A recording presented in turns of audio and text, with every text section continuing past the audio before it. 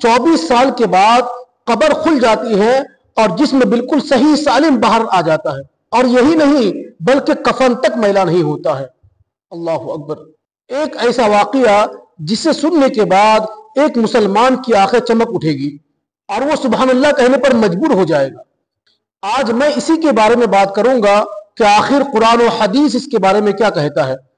क्या मरने के 24 साल की लंबी मुद्दत के बाद कोई जिस्म सही सालिम रह सकता है? आखिर कुरान और हदीस में इसके बारे में क्या है? हालांकि मेडिकल साइंस तो ये कहती है कि मरने के कुछ घंटों के बाद बॉडी डिकम्पोज होना शुरू हो जाती है, तो आखिर एक मरे हुए इंसान का जिस्म जो है 24 सालों तक सही सालिम कैसे रह सकता है? तो आप आखिर तक बने रहें और अपने दोस्तों को भी ये जानकारी भेज दें ताकि वो भी इस्लाम के हक्कानियत को अपनी आंखों से देखे और अपना ईमान मजबूत करें। पहले हम जो है इस वाकया की बात कर लेते हैं, फिर इंशाअल्लाह ताला कुरान और हदीस की बात करेंगे। दरअसल पाकिस्तान के जिला पूंछ का यह वाकया है। भारी बारिश और लैंडस्लाइड की वजह से जो है एक कब्रिस्तान को नुकसान पहुंचता है। कब्रिस्तान का एक हिस्सा जो खुल जाता है और उसमें से जो है 2 लाशें बाहर आती है, बिल्कुल सही सालिम, और सही सालिम ही नहीं बल्कि उनके कफन तक मैले नहीं हुए हैं। इसीलिए कहा जाता है कि जमीन मैली नहीं होती, जमन मैला नहीं होता, मोहम्मद के गुलामों का कफन मैला नहीं होता। सुभान अल्लाह। ये दोनों जो है मियाँ बीवी थे।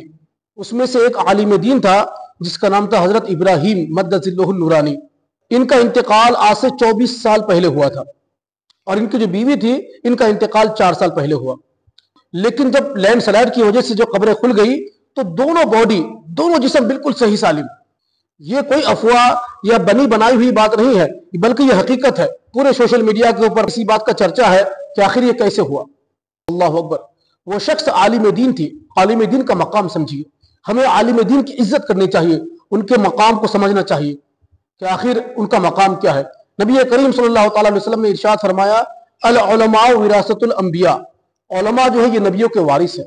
उलमा इकराम का बड़ा मकाम है। अल्लाह ताला ने इनको बड़ा मकाम दिया है। हमें उनकी इज्जत को समझना चाहिए, उनका एहतराम करना चाहिए।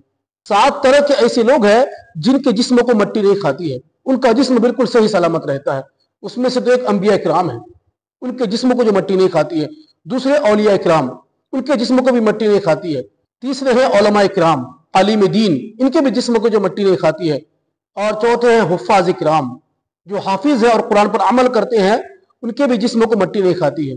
और चौथे हैं शहीद, जो शहीद होते हैं उनके भी जिस्म को मट्टी नहीं खाती है। और छठा वो शख्स है जिसने अल्लाह की मासियत ना की हो, जिसने कभी कोई गुनाह ना किया हो, उसके भी जिस्म को मट्टी नहीं खाती है।